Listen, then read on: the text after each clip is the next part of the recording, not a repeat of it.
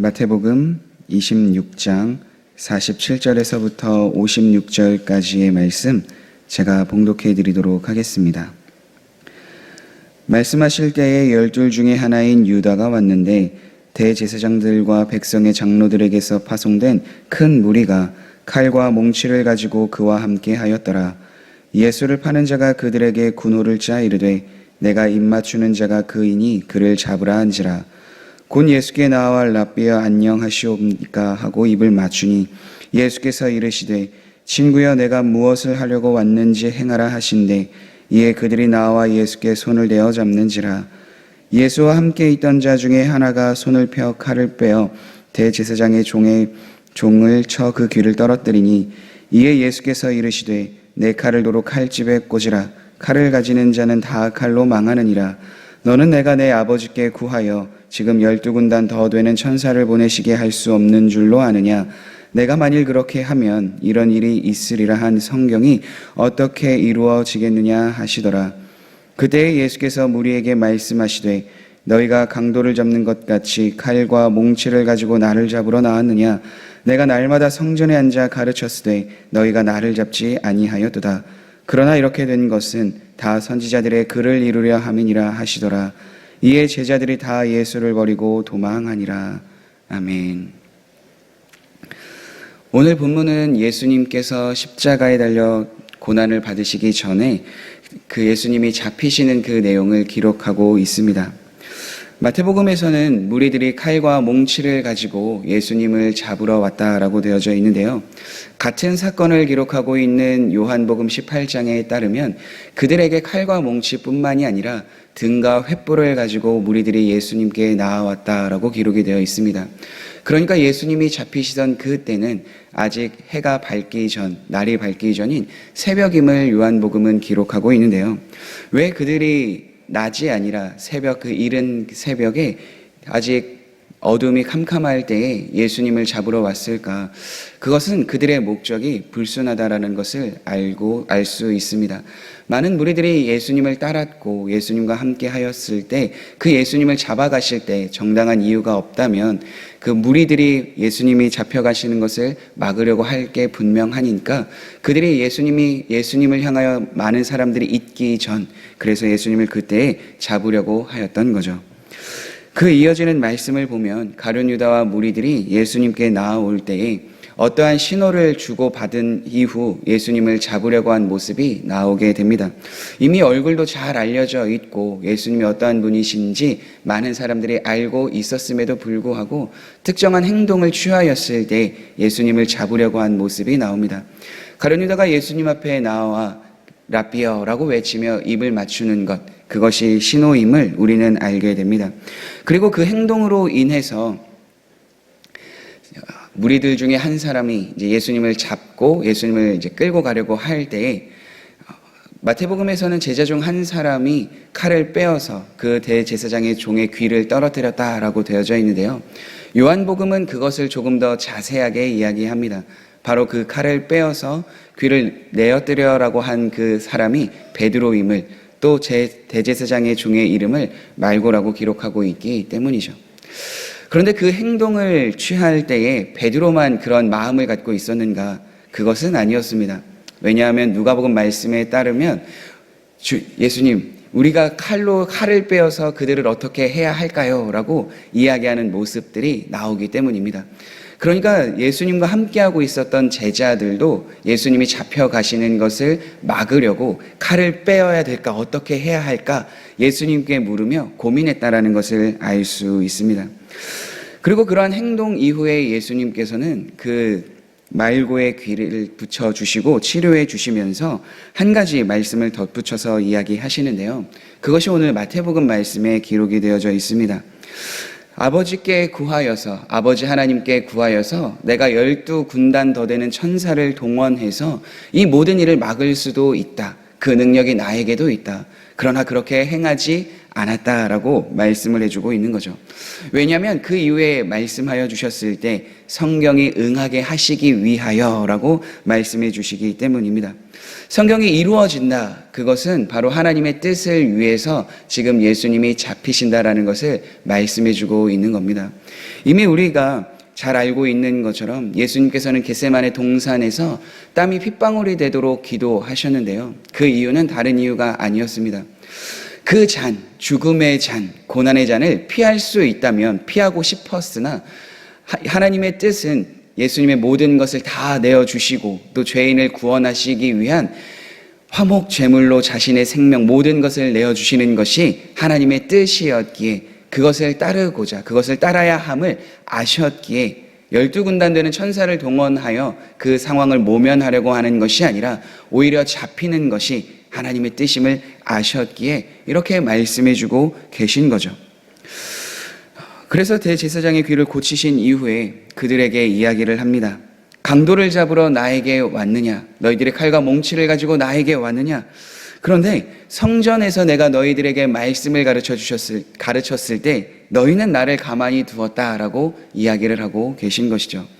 앞에서 잠시 나누었던 것처럼 그들의 행동, 그들의 목적이 불순하다라는 거예요. 목적이 분명하지 않다라는 겁니다. 그럼에도 불구하고 예수님이 한 번 더 말씀을 해주시죠. 그러나 이렇게 된 것, 내가 잡히는 것, 그것은 선지자들의 글을 이루려 함이라. 이미 예정된 하나님의 뜻이기 때문에 내가 칼과 몽치를 갖고 온 너희들이 두려워서가 아니라 하나님의 뜻이기에 내가 그 뜻에 따른다라고 말씀해주고 있는 거죠. 그리고 그 이후에 예수님이 잡히자 제자들은 그 마음이 어디로 갔는지 다 도망했다라고 성경은 이야기합니다. 요한복음은 제자들이 도망하기 전에 예수님의 말씀을 한 가지 더 덧붙여서 설명을 하고 있는데요. 그 말씀이 이렇습니다. 너희에게 내가 그니라 하였으니 나를 찾거든 이 사람이 가는 것은 용납하라 하시니 이는 아버지께서 내게 주신 자 중에서 하나도 잃지 아니하였사옵나이다 하신 말씀을 응하게 하려 함이러라. 그러니까 제자들이 도망하는 모습, 어떻게 보면 다른 사람들이 보기에 우리가 생각하기에 그 배반하는 그 모습을 그것을 이야기함과 동시에 하나님께서 그들을 보호해 주시길 원하는 그 마음이 담겨져 있는 말씀입니다. 도망하는 것은 너무나 분명한 사실이었습니다. 그런데 그 도망하는 분명한 그 사건을 통해서 하나님이 그들을 보호해 주시는 은혜가 또한 있다라는 것을 우리는 알 수 있는 거죠. 왜 그럴까요? 예수님께서 말씀해 주신 것처럼 내게 주신 자 중 하나도 잃지 않기 위해 이렇게 말씀해 주고 그 일을 행하시고 계신 겁니다.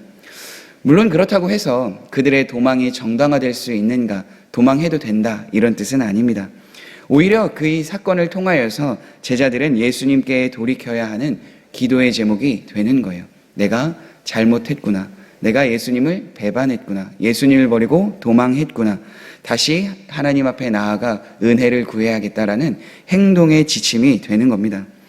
그럼에도 이런 모습을 통해서 하나님은 하나님의 뜻을 이루시고자 그들을 보호하시고 보존하시고자 예수님께서는 이 말씀을 덧붙여서 하는 겁니다.